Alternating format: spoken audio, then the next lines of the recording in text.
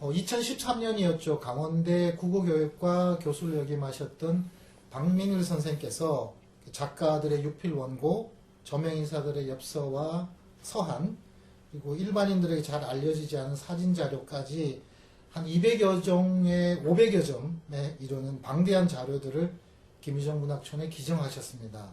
이듬해, 그러니까 2014년 연말에 이 기증 자료들 가운데 문인들의 유필 원고만 골라서 친필 원고전을 개최했고요. 그리고 이제 이후에 6년여 동안 문학촌 수장고에 그냥 이렇게 보관되었습니다. 작년에, 그러니까 2020년 1월에 이순원 작가께서 새로 촌장으로 부임하기 직전에 전임 촌장이셨고 김유정 문학촌 수탁 단체였던 김유정 기념사업회의 명예회장이셨던 전상 선생께서 이 자료들을 임의로 가져가셨다가 9월에 다시 되돌려 주시는 우여곡절을 겪게 됩니다. 이걸 계기로 해가지고 박민일 선생께서 기증하신 자료들의 의미와 가치가 새롭게 조명이 되고요. 이번에 또 2021년에 문학관 협회로부터 문학관의 소장 자료들을 바탕으로 전시회를 열고 토크 콘서트를 가지는데 도움을 주셔서 제가 또 한번 자료들을 자세하게 꼼꼼하게 검토하는 시간을 가졌었습니다. 그 첫 번째 전시에 맞춰서 토크 콘서트를 하게 됐는데 첫 전시회 타이틀이 거장들의 귀환이거든요.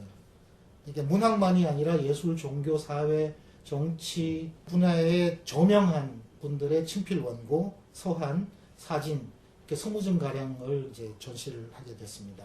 여기 앞서서 이제 선생님을 모시고 이 자료들에 대한 명쾌하고 통쾌하고 유쾌한 얘기를 들어보려고 선생님을 모셨습니다.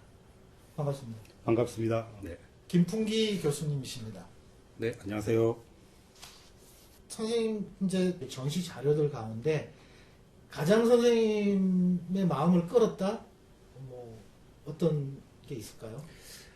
사실 저는 뭐 자료 하나하나가 다 정말 그 좋고 감동적인 자료이긴 한데 이제 꼭 뭐 문인들 뭐 이런 거 안 해도 되죠. 아니 소설가 앞에 쓰면 저희 한없이 작아집니다. 뭐 괜찮습니다.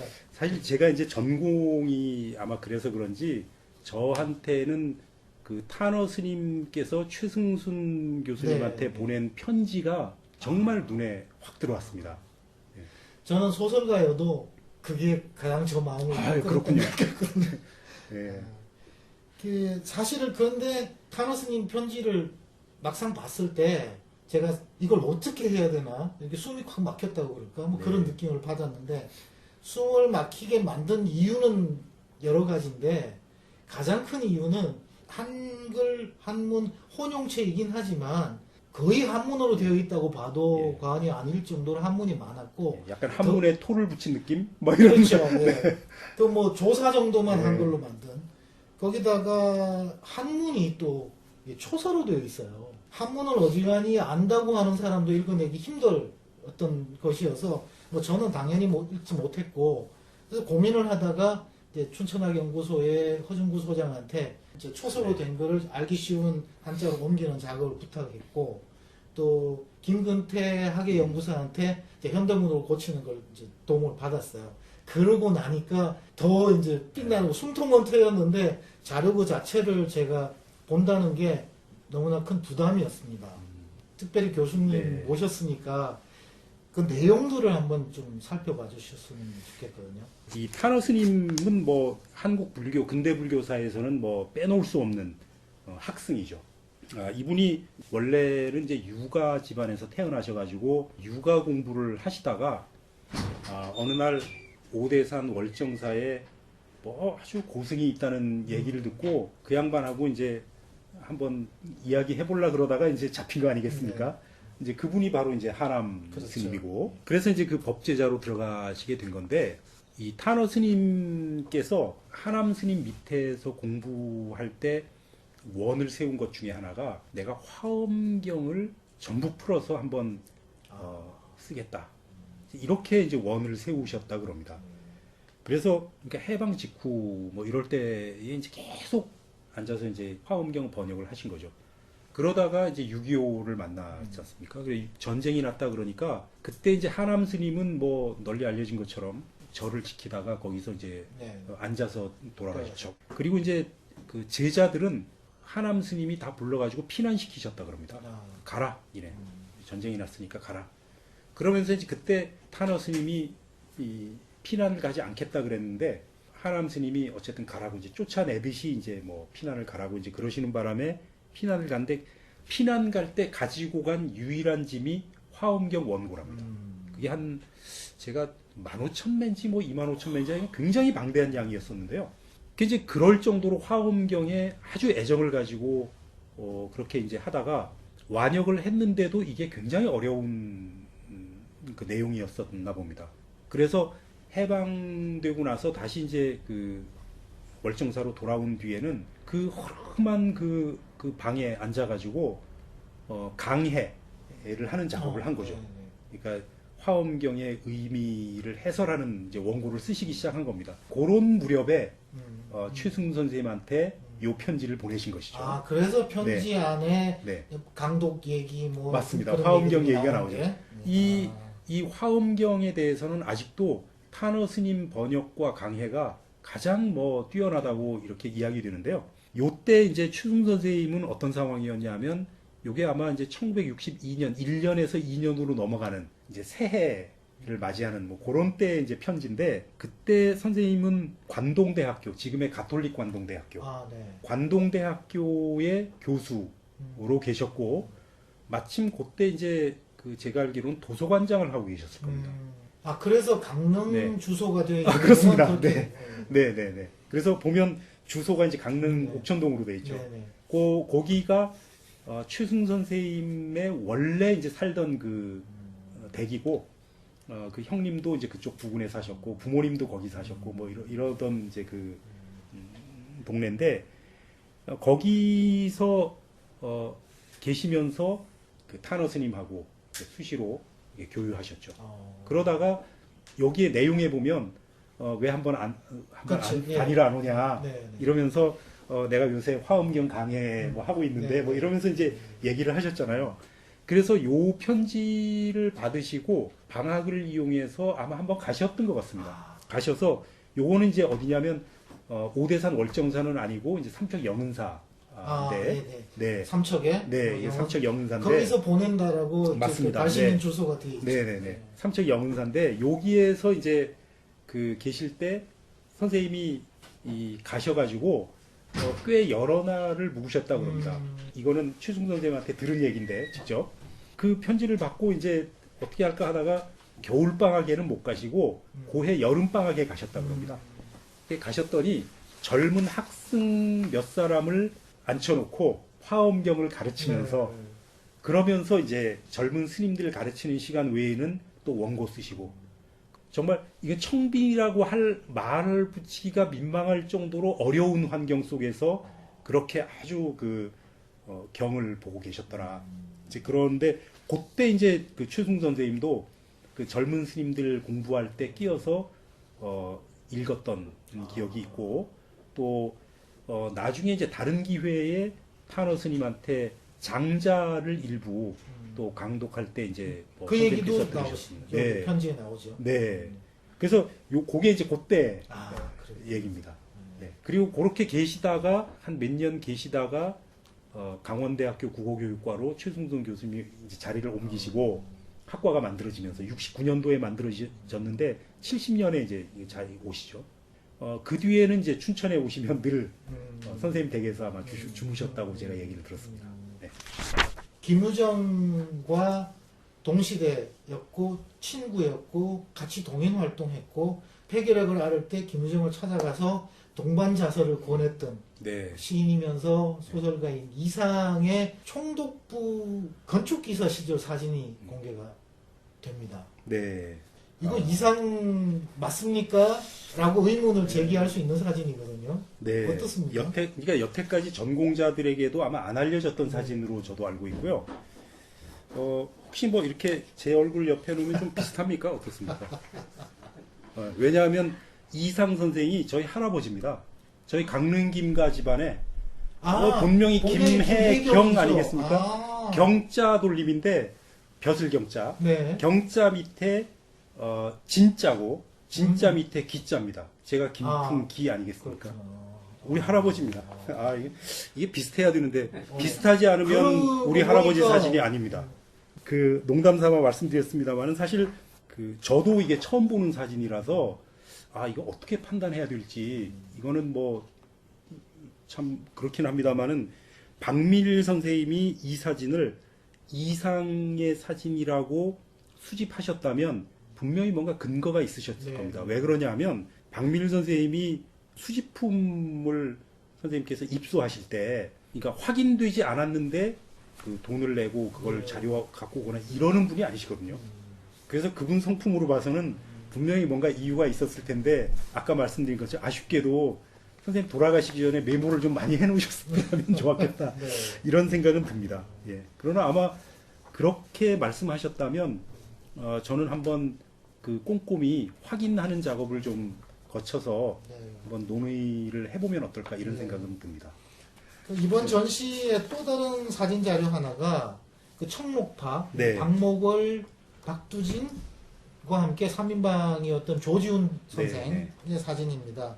좀 익살스러운 사진인데 근데 이게 지금 자료 뒷면을 사진 뒷면을 보면요 중앙이 조지훈 선생이라고 되어 있거든요. 네네. 이게 지금 다른 이제 조지훈 선생의 사진 자료들하고 검토를 해보면 왼쪽에 허리띠를 푸른 익살스러운 자세가 조지훈 선생이 아닐까라고 짐작을 하는데, 그러니까 지금 이제 메모는 가운데 분이 조지훈 선생이라고 돼 있는데 아마 이분이 혹시 아닐까 이렇게 추정도 된다 이런 말씀을 하시는 건데 저도 이제 그 뒤에 메모를 봤거든요. 근데 그 메모가 박밀 선생님 글씨입니다. 어디 뭐 다른 사람이 쓴 게 아니고 보니까 박밀 선생님 글씨더라고요. 박밀 선생님은 조지훈 선생한테 배우신 분입니다. 사제지간이죠. 사제지간이기 때문에 선생님을 못 알아볼 리는 없을 것 같아요. 제 생각에. 우리가 사진을 왜 늘 친숙한 얼굴인데 어떤 순간에 찍으면 약간 낯설게 나오는 경우도 있잖아요. 그런 점을 좀 감안해서 확인을 다시 한번 해보는 건 어떨까. 물론 이제 우리가 워낙 낯선 사진이니까 좀 한번 확인을 해보면 좋겠다 이런 생각. 이건 반드시 거쳐야 될 과정일 것 같고. 네. 지금 소설가들의 육필 원고 중에 보면 재미난 게 원고지를 이렇게 길게 세워서 그러니까 오른쪽에서 왼쪽으로 써나가고 위에서 아래로 써나가는 한문 방식으로. 그렇죠. 그렇게 일본의 원고를 쓰는 방식이 그렇더라고요. 그게 이제 정치가 바뀌면서 가로로 길게 놓고 왼쪽에서 오른쪽으로 써나가는 방식으로 하는 게 이제 가로 쓰기가 되는데 육필 원고 전시된 것 중에 이게 두 가지가 다 있습니다. 그 앞선 세대라고 볼 수 있는 황순원 선생, 김동리 선생은 세로 쓰기를 하시고 이청준, 박완서 선생, 최인호 선생 같은 경우는 이제 가로 쓰기를 하시는데 특이하게도 아동문학가인 이원수 선생은 1910년대생이시거든요. 근데 가로 쓰기를 하고 계세요. 이건 좀 굉장히 특이하다. 그래서 전시에 구경 오시는 분들이 유심히 봐주셨으면 하는 생각이 듭니다. 이원수 선생이 이제 고향의 봄 뭐 이런 시를 쓰신 분이죠. 제가 생각하기에는 이제 이원수 선생 같은 경우는 그 어린이를 위한 작업을 굉장히 많이 하셨기 때문에 아이들 눈높이에 맞추신 게 아닐까 이런 추정도 좀 해봅니다. 그렇습니다. 그러고 보니까 이번에 나온 원고가 100일장의 심사평이거든요. 맞습니다. 당연히 그렇게 되겠죠. 지금 이번 전시회에 감사의 편지, 감사의 엽서가 그 세 종이 나와 전시가 됩니다. 한 분이 그 저항시인으로 알려진 조태일 시인의 박민일 선생께 아리랑 논문을 청하는 편지거든요. 거기 보면 어떻게 그 논문이나 저서를 청하는가 하는 노하우를 우리가 좀 읽을 수 있습니다. 그러니까 그 박사 논문으로 그 아리랑을 가지고 하셨는데 제가 작품하는데 도움이 될 것 같습니다. 이러면서 이제 얘기하죠. 그 조태일 선생의 그 논문을 청하는 그 엽서 짧지만 네. 임팩트가 아주 강한 아, 그 네, 엽서 그렇습니다. 보면 아 이분 박민일 선생의 아리랑 연구가 대단하셨다를 간접적으로 이렇게 받을 수 있거든요. 맞습니다. 그 원주에 계시는 장일순 사회운동 네. 장일순 선생의 감사 편지는 박민일 선생으로부터 저서를 받고 네. 받은 데 맞습니다. 대한 감사를 네. 표현한 건데 네. 장일순 선생이 또 서화에 뛰어나신 분이잖아요. 그렇죠. 그 네. 달피를 또 편지 안에서 확인할 수 있죠. 전시 자료 중에 한승수 네. 서면 박사마을의 네, 상징적 인물, 네. 한 정치가이면서 정치학 교수. 네. 교수였죠.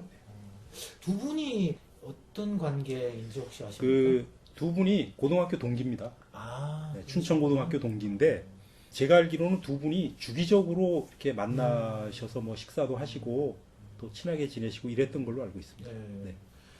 아마도 상공부 장관 시절이었던 것 같은데 국제재정학회 그 터키 이스탄불에서 총회에 갔다가 그 한국엽서를 네, 씁니다. 그 네. 이스탄불 도장이 탁 찍혀 네. 있고 대표적인 서정시인이라고 할 수 있는 김춘수 선생, 네. 그 다음에 친일 인명사전에 이름이 등재된 서정주 선생입니다. 김춘수 선생은 대한민국 국회 전용 원고지에 쓴 본인의 뭐 시창작 이력을 밝힌 네. 또 산문에 그걸 또 나와 있어요. 김춘수 선생이 50 시절에 정권의 강압에 의해서 국회의원을 하게 돼요. 네. 지금 말하면 비례대표 같은. 비례대표 같은. 같은. 김춘수 선생의 원고가 국회 전용 원고지에 쓰여져 있었다. 사실 김춘수 선생의 이력 가운데 정치인의 이력은 그 김춘수 선생이 지우고 싶어 했던 이력이거든요. 근데 본인의 시 창작 이력을 국회 전용 원고지에다가 썼다. 이거 혹시 어떻게 이해를 하십니까? 이게 참 저도 이번에 이제 자료 보면서 굉장히 흥미롭게 느꼈거든요. 네. 그 당시에 이게 생각 없이 이렇게 썼을까? 아니면 그 생활을 하는 와중에 빨리 원고를 보내다 보니 그냥 부득이 앞에 있는 원고를 썼을까? 이제 별 생각이 좀 다 들었는데요. 이 원고는 저도 참 특이한 원고라고 생각을 합니다. 이게 아까 말씀하신 것처럼 정말 김춘 선생으로서는 참 멋쩍은 네. 원고인데 이렇고 그 다음에 이제 미당 선생 원고는 제가 기억이 납니다. 이 미당 선생이 1981년에 춘천에 문학 특강을 오셨었어요. 아, 춘천에 문학 특강을 오셨을 때 받은 원고입니다. 아, 예, 그래서 그 미당생이 오셔가지고 그날 이제 저녁에 문학의 밤 뭐 이런 비슷한 네. 행사였는데 저도 이제 그때 거기 갔었거든요. 왜냐하면 교과서에서 보는 시인이라니까. 그날 낮에 만나가지고 이 원고를 받으셨다고 제가 박민일 선생님한테 직접 들은 얘기입니다. 네, 네. 그래서 이번에 이 자료 보면서 되게 반가웠습니다. 네. 교수님 말씀 듣고 나니까 박민일 선생님께서 김정 문학촌에 기증해 주신 이 자료들의 의미나 가치 뭐 이런 게 새삼스럽게 네. 높다라는 걸 느낍니다. 이런 자료들을 소중하게 갈무리하는 것도 중요하고 좀 더 면밀하게 분석하고 뭐 또 공개하고 하는 것들이 자주 있어야 될 일이다라는 생각을 하게 됩니다. 긴 시간 좋은 말씀 유쾌, 명쾌, 통쾌하게 해주셔서 고맙습니다. 감사합니다.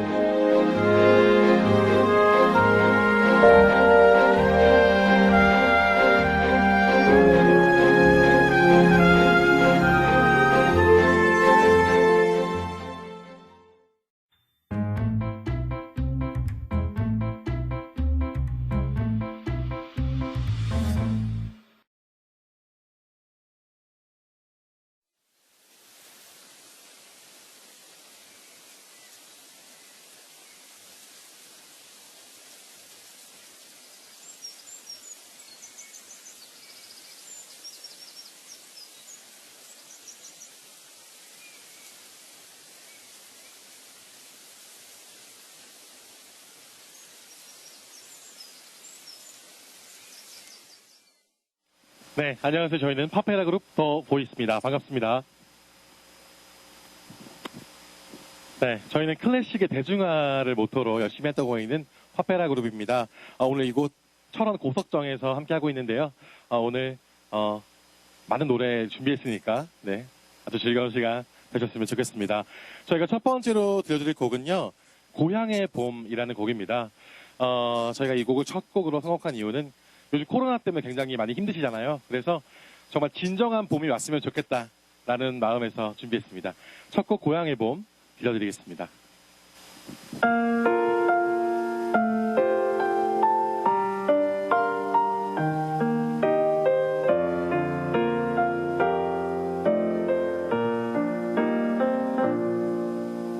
나의 살던 고향은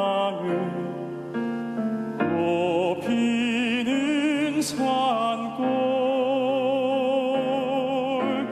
복숭아꽃 살구꽃 아기 진달래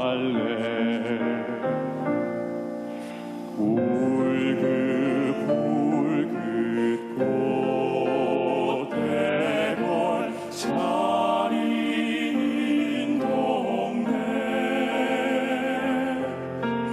그 속에서 놀던 때가 그립습니다.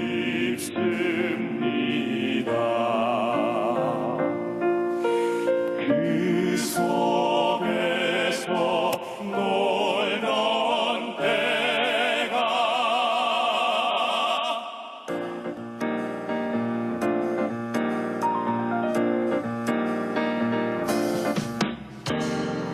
나의 살던 고향은 꽃 피는 산골 복숭아꽃 살구꽃 아기 진달래 울긋불긋 꽃대걸 우리 동네 꽃대걸 아름다운 꽃대걸 차린 동네 그 속에서 놀던 때가 나는 그립습니다. 꽃동네 새동네 냇가에 수양버들 춤추는 옛 고향 나의 고향 그 속에서 놀던 때가 나는 그 속에서 놀았던 그때가 그 속에서 놀던 때가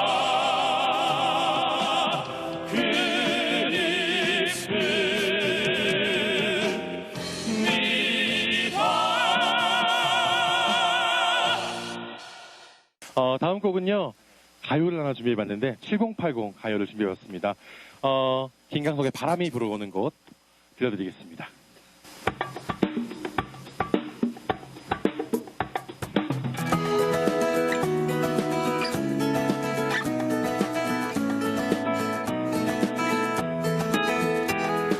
바람이 불어오는 곳 그곳으로 가네 그대의 머릿결 같은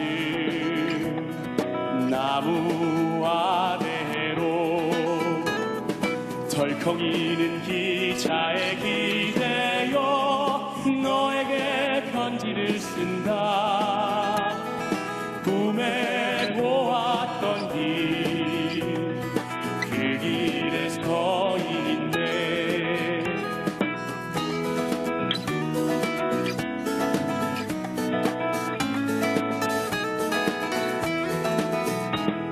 설레임과 두려움으로 불안한 행복이지만 우리가 느끼며 바라볼 하늘과 사람들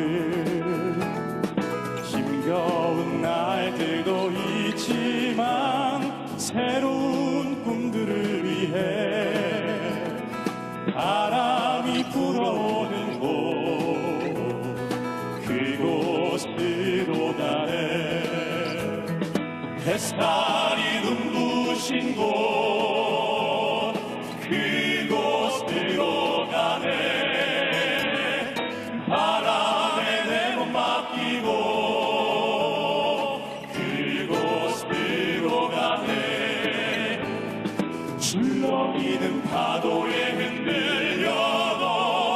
수평선을 바라보며 햇살이 웃고 있는 곳 그곳으로 가네.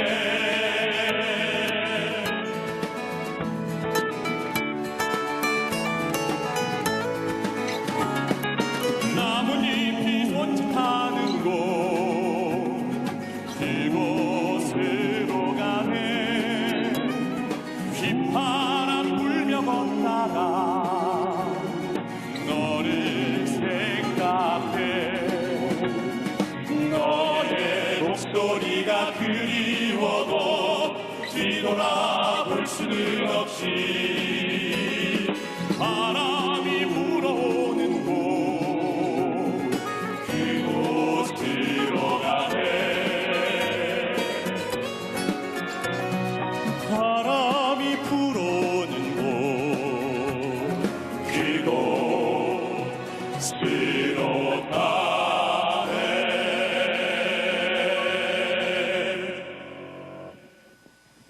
네, 이제 마지막 곡만을 남겨두고 있는데요. 마지막 곡은 트로트를 하나 준비했습니다. 2020년에 휩쓸었던 임영웅의 이제 나만 믿어요 들려드리면서 인사드리겠습니다. 저희는 파페라 그룹 더 보이스였습니다. 감사합니다.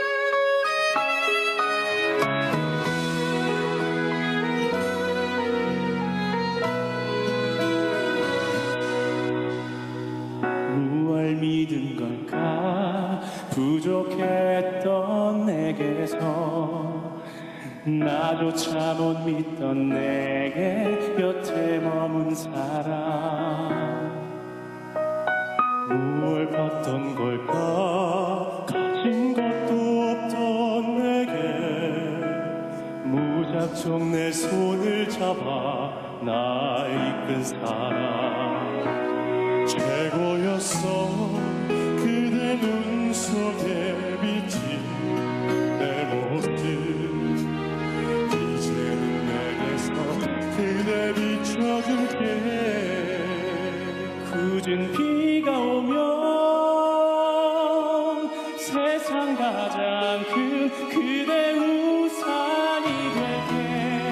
그대 편히 걸어가요. 걷다가 지치면 내가 그대를 안고 어디든 갈게. 이젠 나만 믿어요.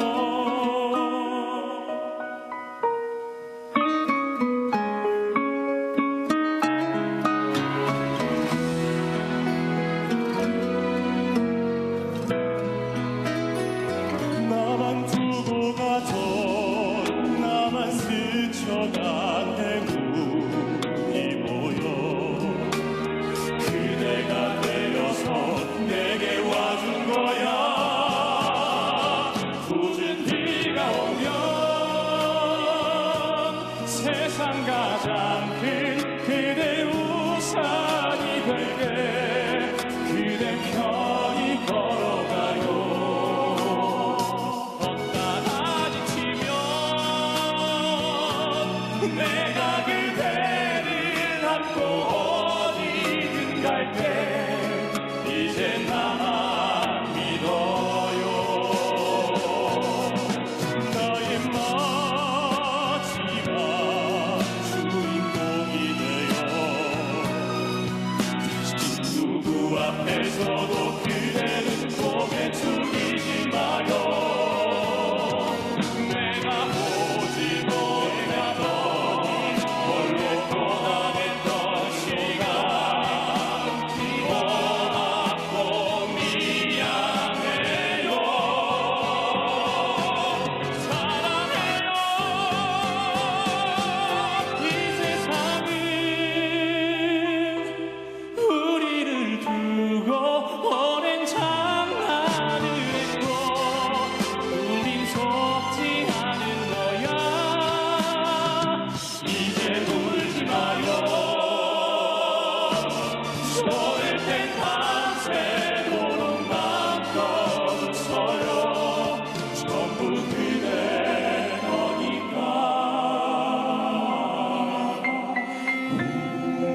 그대는